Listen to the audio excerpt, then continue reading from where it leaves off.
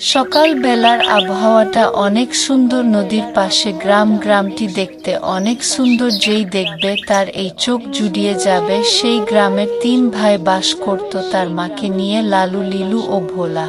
তারা 3 ভাই মিলে খুব দুশ্চিন্তা করছে ঘরে বসে। তার মা মারা যাওয়ায় 3 ভাইজেরই মন খারাপ করে বসে আছে ঘরে।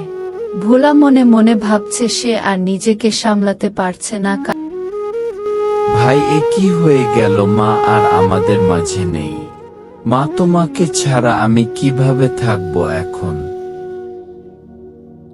আরে ভোলা, তুই চিন্তা কেন করতেছিস? আমরা তো ভাই তো আছি, তাই না? আর তাছাড়া মার দেওয়া তো অনেক সম্পত্তি রেখে গেছে। হ্যাঁ ভাই লালু, তুই ঠিকই বলেছিস। ভোলা শুধু শুধু চিন্তা করতেছে। চলো আমরা সবাই চাচার কাছে পরামর্শ নিয়ে জমি জায়গা 3 ভাই মিলে ভাগাভাগি করে নিয়ে ফেলি।